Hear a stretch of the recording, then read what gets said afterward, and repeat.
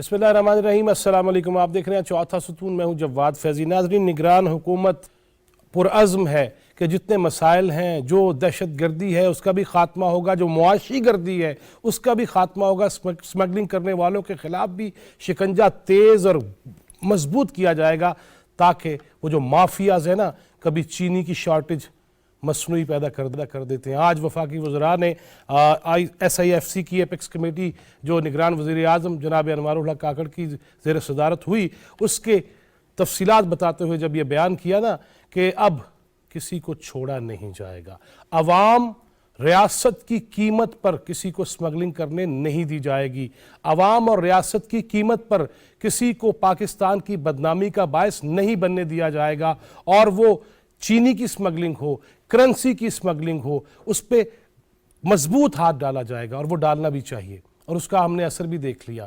روپے کی قدر میں بہتری، استحکام، اور ڈالر کی قیمت میں کمی، وہ ہم نے دیکھ لیا۔ یہ ہم سب کو کرنا ہے، ہمیں نشاندہیاں کرنی ہیں، اور اس کی تفصیلات بتاتے ہوئے، بیان کرتے ہوئے یہ بھی کہا گیا کہ حکومتی اخراجات بھی کم کیے جائیں گے، اور جہاں جہاں ضرورت پڑی سخت ترین ایکشن لیا جائے گا، کیونکہ کوئی آئین سے، قانون سے ماورا نہیں ہے، اور کسی کو اس کی اجازت نہیں دی جائے گی۔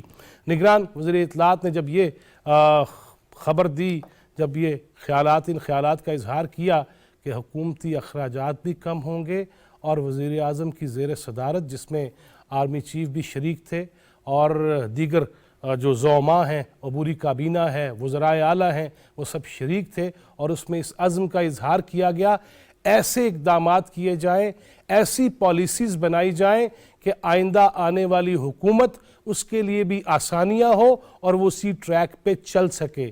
IMF سے ہم نے خودکشی کرنی تھی، نہیں کی، اور معاہدے توڑے، ہم نے نقصان کیا ملک کا۔ اس کو واپس، اس ملک کو ٹریک پہ لانا ہے، ہمیں بین الاقوامی سطح پہ اپنی حیثیت بھی منوانا ہے، اور ہمیں عزت کے ساتھ، خود مختاری کے ساتھ آگے بڑھنا ہے۔ انہی موضوعات پہ بات کریں گے۔ لاہور اسٹوڈیوز میں تشریف رکھتے ہیں جناب مسعود، بہت شکریہ آپ کی تشریف آوری کا۔ ہمارے ساتھ اسکائپ پہ ہیں جناب رضا احمد رومی، بہت شکریہ رومی صاحب آپ کی بھی وقت دینے کا۔ اور کچھ ہی دیر بعد ابھی پریس کانفرنس سے ہی نکلے ہیں سینئر صحافی رانا ابرار خالد، وہ بھی ہمیں جوائن کریں گے اسٹوڈیوز میں۔ میں آغاز کروں گا رضا احمد رومی صاحب، بہت کچھ کرنے کو ہے، بہت کچھ کرنا بھی چاہیے، اور ہم جو سمگلنگ کے مکروہ دھندے میں ملوث لوگ ہیں ان کو بھی اب نہیں چھوڑا جائے گا، یہ اعلان کر دیا گیا۔ پردیس میں بیٹھ کے پاکستان سے ایسی خبریں جب آتی ہیں تو کیا محسوس ہوتا ہے؟ دیکھیے، پہلی تو یہ بات ہے کہ یہ بیانات تو بہت اچھے ہیں، اور پالیسی میٹر بھی ہے۔ پاکستان میں سمگلنگ جو ہے، اس کا جو نقصان ہوتا ہے، اس کے کئی تخمینے بھی لگ چکے ہیں، اس کے اثرات جو ہیں وہ ان کا بھی ذکر ہو چکا ہے۔ لیکن اس میں دیکھنے والے جو مسئلہ ہے بڑا، کہ سمگلنگ کا جو پورا دھندا ہے، چاہے وہ کرنسی کی سمگلنگ ہو، پیٹرول کی سمگلنگ ہو، یا دیگر اشیاء کی ہو، وہ جو سرکاری محکمے اور سرکاری افسر اور ڈیفرنٹ جو ہمارے ہے ڈپارٹمنٹس، ان کی شمولیت اور ان کی کولوژن کے بغیر نہیں ہوتا۔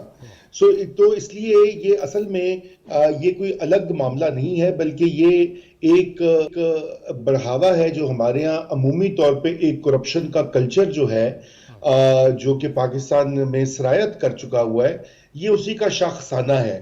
تو اس لیے اس کو الگ سے نہیں دیکھیں نا رضا بھائی، آج وزیر توانائی یہ کہہ رہے تھے کہ صرف گیس وہی 350 ارب کا ہمیں نقصان ہوتا ہے، وہ لاسز ہیں، وہ ڈیفینیٹلی کہیں سے تو سوراخ ڈھونڈنا پڑیں گے نا، اس میں اپنے ہو بیگانے ہو، منجی تلے ڈانگ تو پھرے گی، لیکن وہ پھیرنی تو پڑے گی نا۔ نہیں، دیکھیے، بالکل پھیرنی پڑے گی، ڈانگ بھی پھیرنی پڑے گی، لیکن یہ کوئی ابھی تو نہیں ہوا نا۔ یہ تو دہائیوں سے یہ مسئلہ، بجلی چوری کا مسئلہ تو مجھے تو اپنی جب سے ہوش سنبھالا ہے یہی پتا ہے کہ کنڈے لگے ہوئے ہیں، لوگ بجلی چوری کر رہے ہیں، فلاں چوری کر رہا ہے۔ تو یہ جو اہلکار ہوتے ہیں اس میں پاور کمپنیز کے، پاور ڈسٹریبیوشن نظام کے، وہ اس میں برابر کے شریک ہوتے ہیں۔ اب مسئلہ یہی ہے کہ ان اداروں کی صفائی کیسے کی جائے۔ ڈانگ جو ہے وہ اس کا آغاز جو حکومتی ادارے ہیں ان کے اندر سے ہونا چاہیے. میں صرف اتنی سی عرض یہ کر رہا ہوں. اور یہ کوئی اور اس کے اوپر یقیناً ایک کنسنسس بھی ہونا چاہیے تمام جو پاور جو اسٹیک ہولڈرز ہیں وہ جب تک اس کے اوپر ایک پکا نہیں لیں گے, فیصلہ نہیں کریں گے, تو اس وقت تک یہ معاملہ ابھی کچھ دن یہ چلے گا, اس کے بعد توجہ کوئی اور ہٹ جائے گی اور معاملہ وہیں کا وہیں رہے گا. لیکن اس کے لیے آپ کو نہ صرف یہ کہ کچھ کاروائیاں کرنی ہیں جس طرح کریک ڈاؤن وغیرہ ہو رہا ہے, بٹ یہ کہ اندر اصلاحات کرنی ہے.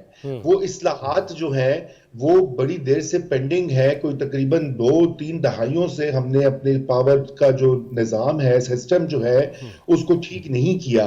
اور یہی بات اس کا بار بار ذکر ہوتا ہے, ہر سیاسی پارٹی کے منشور میں لکھا ہوا ہے, ہر IMF کا پروگرام, ہر ورلڈ بینک کی رپورٹ میں یہی باتیں درج ہیں.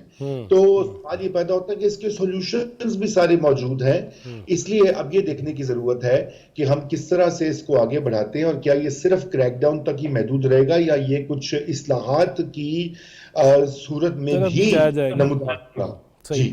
وجاہت مسعود صاحب, مجھے اچھی طرح یاد ہے 2013 میں جب نواز شریف صاحب وزیر اعظم بنے تو ان کی جو پہلی میڈیا بریفنگ تھی اس میں یہ بات ہوئی, میں نے یہ سوال کیا کہ کیا بجلی چوری روکنے کے لیے وزارت داخلہ کو اس کے ذریعے کوئی کارروائیاں ہوں گی, تو انہوں نے کہا یقیناً ہوں گی, لیکن اس طرح سے ہو نہیں سکا. لوڈ شیڈنگ میں کمی ہوئی, there is no doubt about it, لیکن وہ چیزیں جو بجلی چوری کرنے والوں پہ ہاتھ ڈالا جانا چاہیے تھا وہ نہیں ڈالا گیا. آپ بھی وہی موجود تھے, ہم بھی وہی موجود تھے. جس طرح رضا رومی صاحب یہ فرما رہے ہیں کہ اصلاحات کرنا ہوں گی, وہ کہاں سے شروع کی جائیں گی اور کیسے ہوں گی؟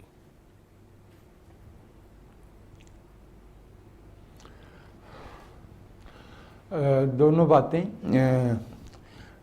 لائن لاسز کی اور سمگلنگ کی.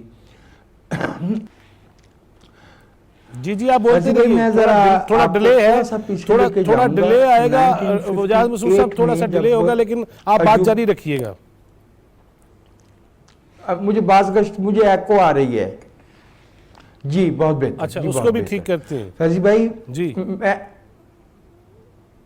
یہ ذرا دیکھیے گا. جی میں رانا ابرار خالد صاحب کو بھی ویلکم کرتا ہوں. بہت شکریہ رانا صاحب. میں تھوڑا سا آپ کو پیچھے لے کے جاؤں گا. ایوب خان نے 1958 میں بھی یہ لفظ استعمال کیا تھا, اور یہ اس وقت ہمارے ایجنڈے پہ بہت اوپر آ گیا تھا, سمگلنگ. تب اس کا تعلق تھا ایسٹ پاکستان میں, ویسٹ بنگال, انڈیا میں سمگلنگ کا.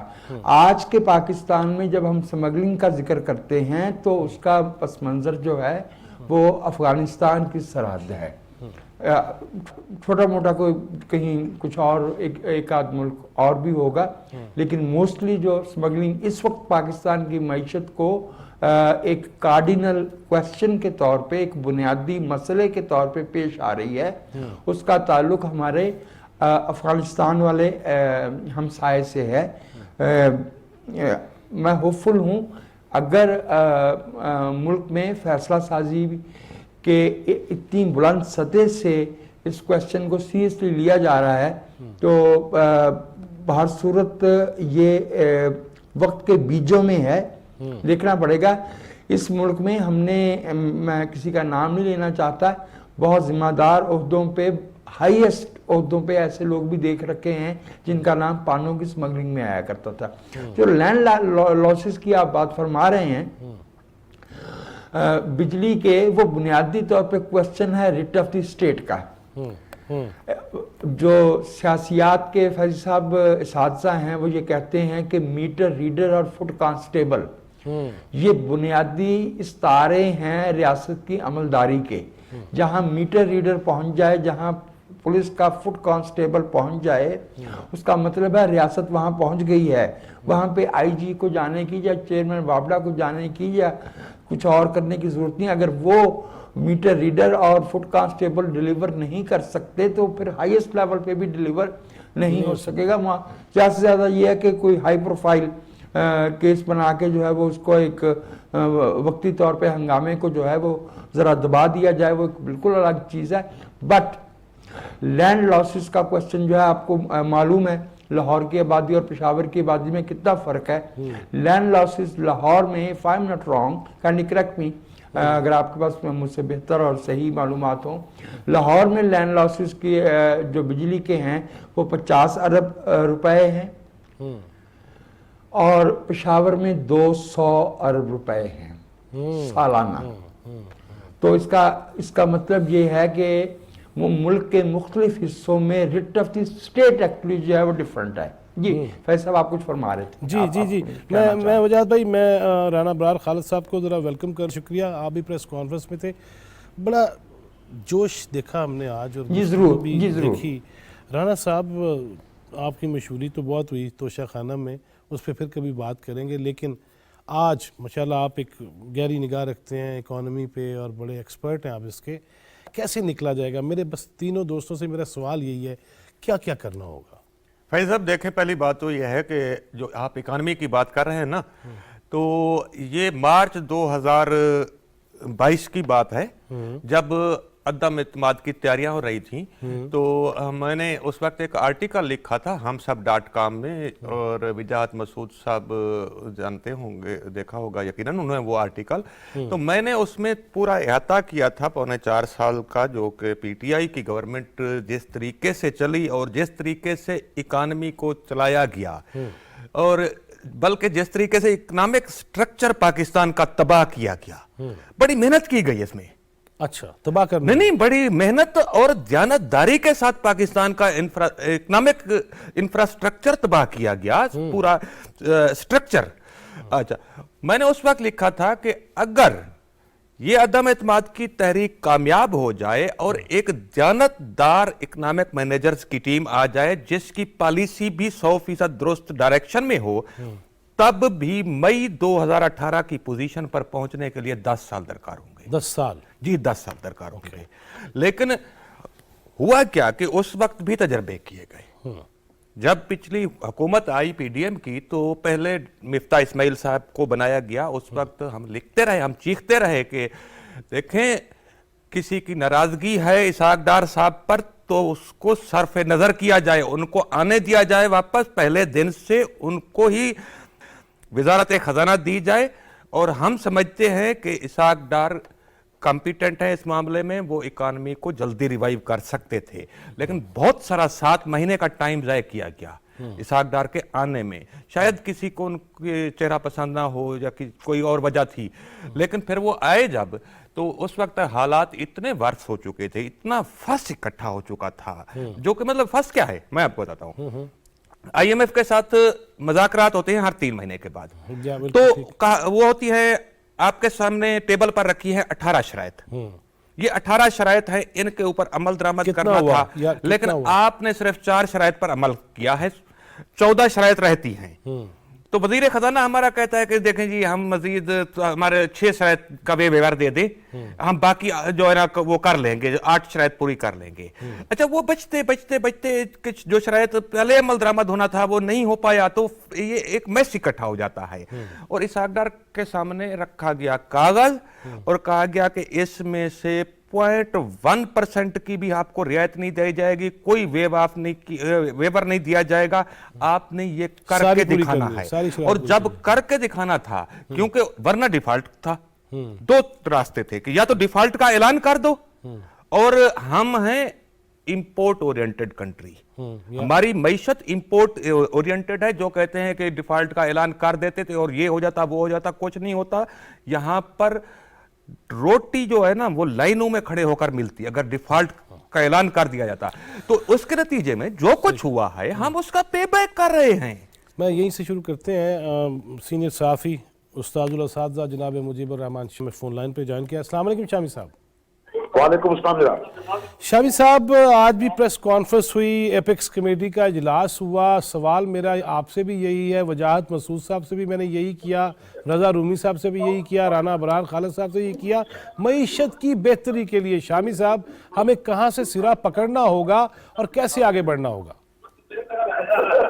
دیکھیے، معیشت کی بہتری کے لیے بہت کرنے کی ضرورت ہے، احتیاطی استحکام کی ضرورت ہے، ایکسپورٹ کو بڑھانے کی ضرورت ہے، جی، اخراجات کو کم کرنے کی ضرورت ہے، لیکن بنیادی بات یہ ہے کہ ڈنڈا پکڑنے کی ضرورت ہے۔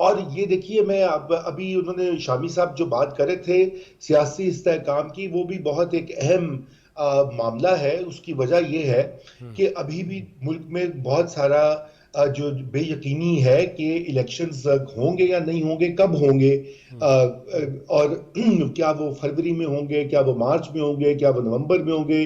طرح طرح کی باتیں بھی ہو رہی ہیں اس کے اوپر، اور کچھ اسپیکولیشن ہو رہی ہے، کچھ افواہ سازی کا زور گرم ہے، کی ہوا گرم ہے. لیکن اس وقت جو معاملہ ہے کہ یہ بھی سرٹنٹی ہو جانی چاہیے. الیکشن کمیشن کو ایک تاریخ کا اعلان کر دینا چاہیے، ملک اس آگے بڑھے، سب کو یہ پتہ لگے کہ ایک نئی پارلیمان آ کر تو وہ معاملات کو سنبھالے گی اور ان معاملات کے اوپر جو ہے وہ ملک کو ایک نئی ڈائریکشن دے گی. لیکن ابھی جب تک ہم یہ نہیں کریں گے تو وہ ہم یہ شارٹ ٹرم کے اندر بے یقینی رہے گی اور اس کا اثر معیشت پہ بھی پڑے گا. جی اچھا رضا بھائی، یہ مجھے یہ بھی بتائیے اس سے پہلے کہ میں وجاہت صاحب کی طرف جاؤں، آپ سے یہ بھی پوچھنا چاہتا ہوں، آج مولانا فضل الرحمان کا ایک بیان آیا، پھر بلاول بھٹو زرداری صاحب کا آیا کہ الیکشن فوری ہونے چاہیے، 90 دنوں میں ہونے چاہیے. حالانکہ کابینہ کے اجلاس میں جو منظوری دی گئی کہ حلقہ بندیاں، مردم شماری کے بعد حلقہ بندیاں ہوں گی، تو تب اس کو کس رخ سے دیکھ رہے ہیں؟ یہ کیسی سیاست ہے؟ دیکھیے بات یہ ہے کہ کوئی اس میں ایز سچ مسئلہ تو نہیں ہے، کیونکہ اگر آپ یہ غور فرمائیے کہ الیکشنز کے بارے میں اس وقت ہم بات بھی کر رہے تھے کہ جلد از جلد پاکستان میں ایک جسے کہتے ہیں سٹیبلٹی آ جائے، اور وہ سٹیبلٹی اس لیے ضروری ہے کہ آپ ملک میں جلدی الیکشن کرائیں تاکہ یہ اصلاحات، یہ پالیسی ایجنڈا جو ہے ایک نئی پارلیمان اور اس سے منتخب حکومت جو ہے وہ یہ سارا انتظام سنبھالے. ملک کا جو کاروبار کا مسئلہ ملکی کاروبار ہے، اور وہ اس کے لیے بلاول بھٹو نے جو بات کہی ہے وہ یقیناً تھوڑی سی متصادم اس لیے ہے کہ چونکہ حلقہ بندیوں کا پہلے کونسل آف کامن انٹرسٹ نے اعلان کر دیا. کچھ لوگ کہہ رہے ہیں کہ پاکستان پیپلز پارٹی خود اس میں شامل تھی، اس میٹنگ میں بھی تھی، لیکن وہ اب اس سے پھر گئے ہیں. لیکن سوال یہ کہ کوئی بلاول نے کوئی غیر آئینی یا غیر قانونی بات نہیں کی. جی وجاہت مسعود صاحب، وہ پی ڈی ایم میں سارے اکٹھے، پھر اس کے بعد غیر آئینی بات تو نہیں ہے، لیکن جب کابینہ اجلاس تھا اس میں یہ فیصلہ ہو گیا، توثیق ہو گئی، منظوری ہو گئی، اس کے بعد اہل سیاست کا اس طرح آنا یہ سیاست کا حصہ ہے یا یہ کوئی خاص چیز اسے کہا جائے گا؟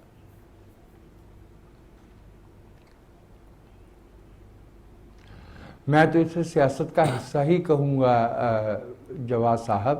اس کی وجہ یہ ہے کہ دیکھیے پی ڈی ایم کوئی انتخابی اتحاد تو نہیں ہے نا، اور ان سب جماعتوں کے اپنا اپنا تشخص ہے، اپنے اپنے اسٹرانگ ہولڈز ہیں، اپنا اپنا سپورٹ بیس ہے. تو کوئی سیاسی جماعت جو ہے وہ اس وقت اور آنے والے وقتوں میں تاریخ میں اپنا نام اس لکیر کے اس طرف نہیں لکھوانا چاہے گی کہ وہ انتخابات کے التوا میں ان کا ٹیسٹ سپورٹ بھی ایون ان کہی مدد بھی ان کی جو ہے وہ شامل تھی. ہم نے آج تک بھگت رہے ہیں 77 میں جو اکتوبر میں انتخابات ہونا تھے.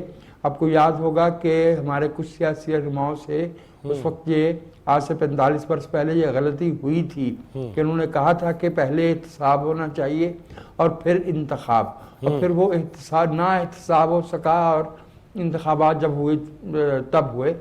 تو میرے خیال میں فضل الرحمان صاحب اور پیپلز پارٹی، اور میں سمجھتا ہوں کہ ایک بڑی سیاسی جماعت ہونے کے ناطے مسلم لیگ نواز کو بھی جو ہے وہ یہی نقطہ نظر پڑنا چاہیے. شاید ان کا ہے بھی کسی سیاسی جماعت کا اگر وہ انتخابات میں سٹیکس رکھتی ہے اور اسے عوام کی تائید حاصل ہے تو وہ انتخابات سے راہ فرار کیوں اختیار کرے گی؟ اس کا کیا اس میں ہے؟ اور دوسری بات جو دوسرا پہلو ہے وہ مجھ سے بہت بہتر طور پہ میرے عزیز بھائی رضا رومی نے جو ہے وہ بیان کر دیا کہ بھائی انتخابات بنیادی طور پہ سیاسی اور استحکام اور اس کے نتیجے میں پیدا ہونے والی long term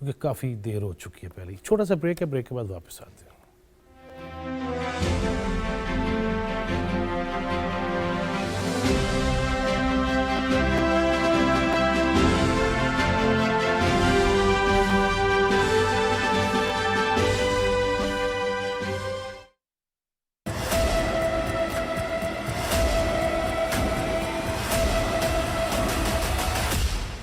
The ultimate cricketing showdown in Asia is back. The most anticipated clash of the event is here. The big guns from Asia are here to compete for the glory. This is the Asia Cup, the tournament that will have you on the edge of your seats.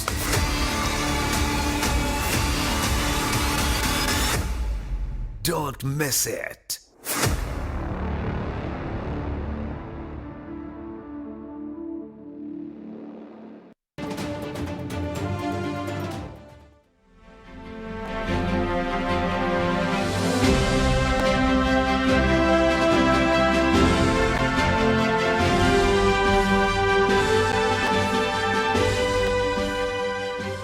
Welcome back ناظرین, آپ دیکھ رہے ہیں چوتھا ستون. میں ہوں جواد Faizi. Break سے پہلے جناب مجیب الرحمان شامی, جناب رضا احمد رومی, جناب وجاہت مسعود اور جناب رانا ابرار خالد سے یہ بات ہو رہی تھی, اور یہ نکتہ اس پہ سب کا اتفاق تھا کہ سیاسی استحکام ہونا چاہیے, اور وہ جو ہمارے رویوں میں ایک گرم مزاجی ہے نا, اور شدت ہے, حدت ہے, اس کو بھی ترک کرنا ہوگا, تبھی ہم مل جل کے آگے بڑھ سکیں گے اور کوئی ڈائلاگ کی صورت نکل سکے گی.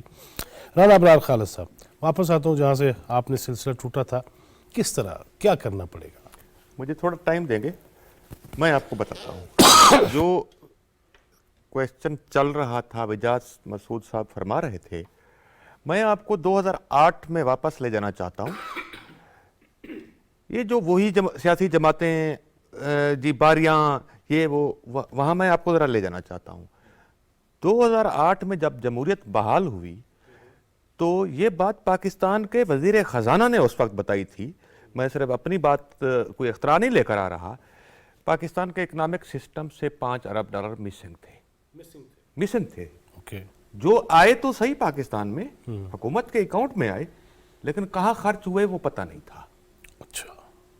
جو 10 سال حکومت کرتے رہے, ان لوگوں نے ان کو باہر نکال دیا تھا. یہ آج کل جس طرح چھاپے لگ رہے ہیں, ایسے ہو رہا تھا. اچھا. اور اس وقت مہنگائی جو تھی, فوڈ انفلیشن 35% تھی, اور جنرل انفلیشن 19% تھی. اس وقت بھی تاریخ کا سب سے بڑا کرنٹ اکاؤنٹ ڈیفیسٹ تھا, مالیاتی خسارے کا سامنا تھا, معیشت برباد ہو چکی تھی, ڈیفالٹ کے نزدیک پہنچ چکے تھے, اور IMF کے پاس جائے بغیر کوئی راستہ نہیں تھا. اس وقت کہ سیاسی جماعتوں نے ایک 15 سالہ متفقہ معاشی پالیسی بنائی تھی, بدقسمتی سے وہ 10 سال چل سکی, 10 سال کے بعد ڈسکنیکٹ کر دی گئی. اور ان پالیسیوں کے نتیجے میں بعد میں وہ دونوں پارٹیاں الگ الگ ہو گئی, ایک اپوزیشن میں آ گئی, ایک حکومت میں چلی گئی, پھر وہ 2013 میں اپوزیشن. لیکن اس کو چھوڑا نہیں انہوں نے. جو اکنامک پالیسی کے ٹارگٹ تھے کہ 2009 میں یہ کرنا ہے, 2008 میں یہ کرنا ہے, 2012 میں یہ کرنا ہے, 2014 میں یہ قدم اٹھانا ہے, وہ ترتیب وار اسی طرح عمل ہوا. ٹھیک ہے, اس کے نتیجے میں ہم دیکھتے ہیں کہ جب ہم 2014 میں پہنچتے ہیں تو اس کے ہمیں فروٹس ملنا شروع ہو جاتے ہیں.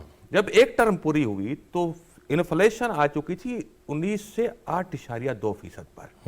ٹھیک ہے, اس کے فروٹس آنا شروع ہو گئے تھے آہستہ آہستہ. لیکن 2014 میں جب ہم پہنچے تو اس وقت مہنگائی آ گئی 4% پر. 4%. جی, اور اس وقت تک لوگوں کی آمدنیاں 150% تک بڑھ چکی تھی. ٹھیک ہے. ٹھیک ہے, جب نیچے آئی مہنگائی اور آمدنی زیادہ تھی تو لوگوں کو اس کا بے تحاشا فائدہ ہوا. پھر دنیا میں آئل کرنچ آ گیا. آئل کرنچ کے نتیجے میں جب بیرل چلا گیا تھا برنٹ میں $24 کا, تو اس کا ہمیں فائدہ ہوا اور ہم نے بھرپور فائدہ اٹھایا. اور جب ہم مئی 2018 میں پہنچے تو ہم دنیا کی 26ویں معیشت بن چکے تھے. اور جب 2022 میں ہم پہنچے تو ہم دنیا کی